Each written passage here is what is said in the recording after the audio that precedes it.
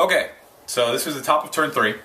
Probably the most, well, most of what happened over here. The most significant thing was that I made the mistake of not advancing Saren.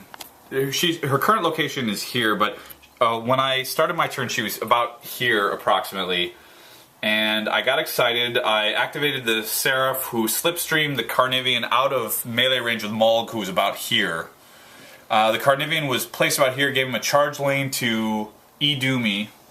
And so I did all that, I activated, and then I realized that Saren was all the way back here, so I could not, I mean, the Carnivian was within her control range when I started, but he was out by the time he made it to E-do me in melee range, so I could not force the Carnivian at all, unfortunately.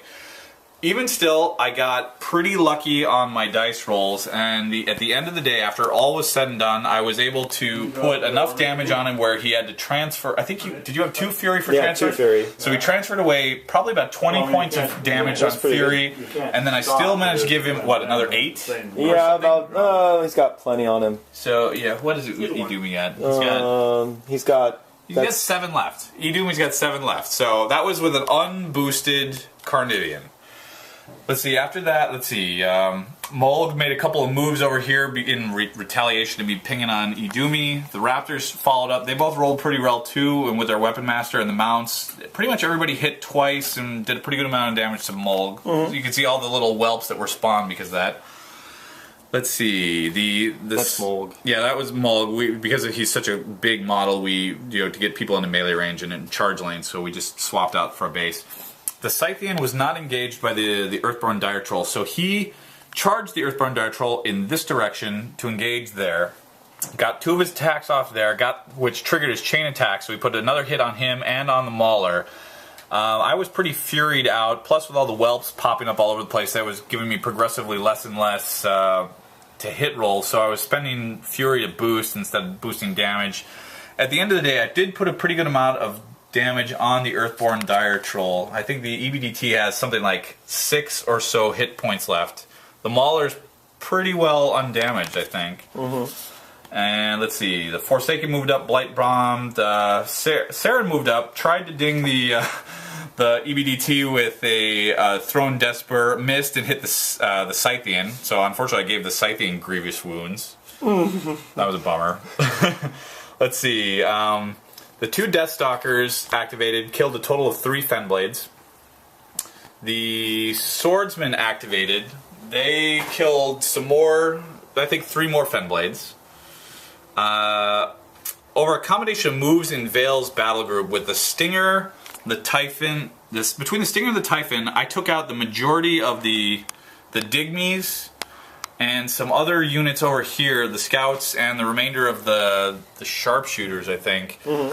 Bushwhackers. Yeah, the Bushwhackers with sprays. And at the end of the day, I popped my feet. Let's see, with Vale, I did things like Incite, moved her up, and then pop the feet, and then have everybody move back. And with her extended control range, at the time, she was about here when I popped her feet. So that had about 20 plus models of Pauls in her control range.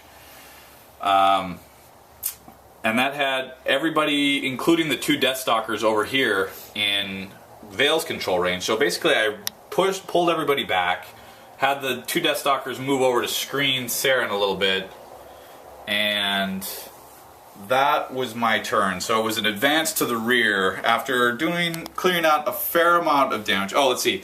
The Ravagore did drop a Scather right over here, so that's still there. That's in there.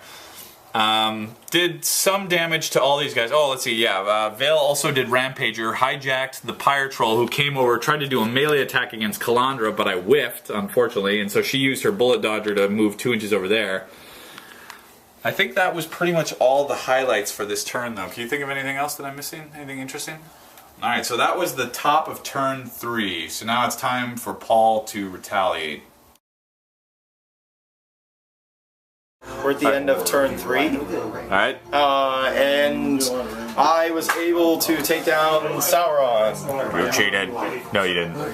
It was actually quite the decisive kill. He left his caster pretty far out there, and so I have been scheming to how to kill her. So how this came about was the Mauler was able to, with his animus from Idumi, was able to throw the Scythian, and he actually missed Sauron, but only deviated 1 inch, therefore contacting her and knocking her down. Then the Dire Troll came up, and there was actually a Forsaken there, so he had to actually kill the Forsaken, goad over to her, and then after 4 hits, 2 of which were transferred, and 2 of which were taken, killed her. So that was her, and now she's dead, and all her beasts become inert. You've got the Deathstalkers here, which the Fen Blades, as you can see, as the Fen Blades move over to kind of work on this side of the battle. They charged in.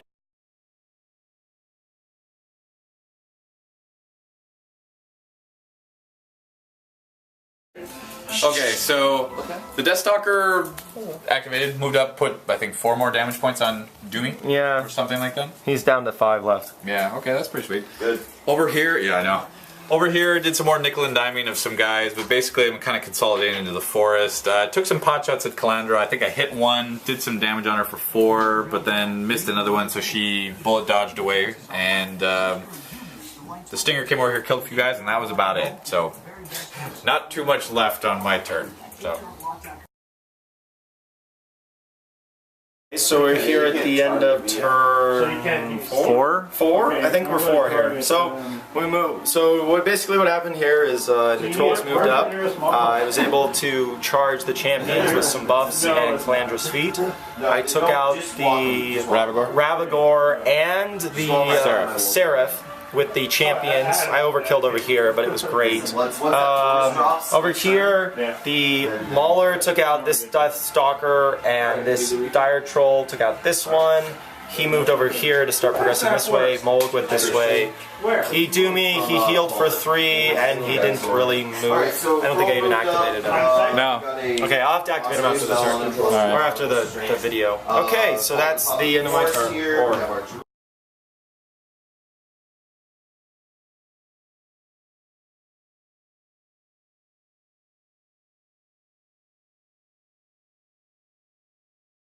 Okay, so the end of turn 5, and we're coming up at like 8-hour game here or something. Yeah. So basically, Doomshaper's battle group came over here, and with his feet, he was able to get the Axer in there, and the Axer put some damage on Vale. Or did he whiff? I don't know. No, the Axer was able to do some good damage. You transferred it to the Rake. Oh, no, I probably transferred to Typhon. Oh no, to the little dude here, and he died. There was the Stinger.